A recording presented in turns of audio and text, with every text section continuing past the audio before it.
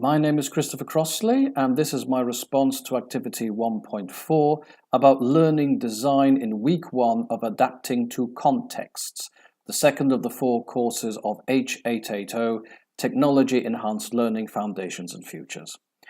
Learning design, if my understanding of what I've read, including the comments to the previous activity, when students were first asked to comment on this, and watched so far from the videos, including Gronya Canol's, is correct, seems to be more concerned with being able to adapt to the times whenever new technologies come along, and hence finding some kind of fit between the different metaphorical pieces of the teaching, learning and innovation puzzle.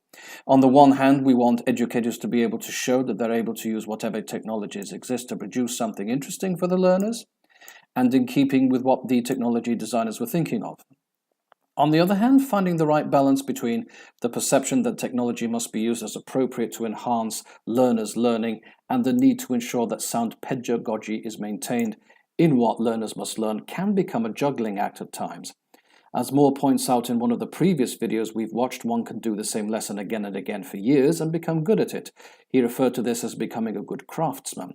But as technology progresses, one is expected to adapt oneself to changing technologies as well as to changing times. So it could be argued that in this sense one becomes a kind of master.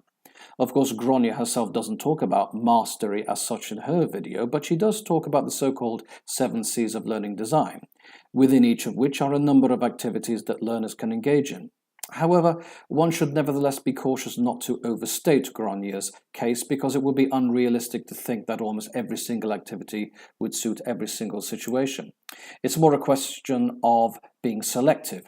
Coupled with the so-called 5W1H principle, namely the what, when, where, who, why and how approach, we can get a good idea of how to design a course so long as we understand as designers that pedagogy should be supported, not replaced by technology, meaning that not all pieces of kit are necessarily fit for one particular purpose. So what are these 7 C's and how are they relevant? 1. Conceptualizing a course provides the foundation for what the learners are meant to achieve. Where are they supposed to be going with this? How can technology help their aims? What kind of technology is appropriate? And which others are not? And why? How about activities including any current debates in the subject being studied? For example, Gronya does mention earthquakes in New Zealand, so geography and geology learners could benefit from this. 2. Creating materials and using or adapting existing ones. Do we use slides and or videos, or a combination of both as and when appropriate, such as illustrating concepts involving movement, as happens in physics, which is my specialism? Could we even encourage learners to create their own stuff, assuming they've got the ICT skills necessary to do the job, or else can be taught it in a very short space of time? 3. Collaborating with others can be good, as it allows people who've taught different kinds of students to understand how receptive they've been or otherwise not have been to their teaching techniques using technology.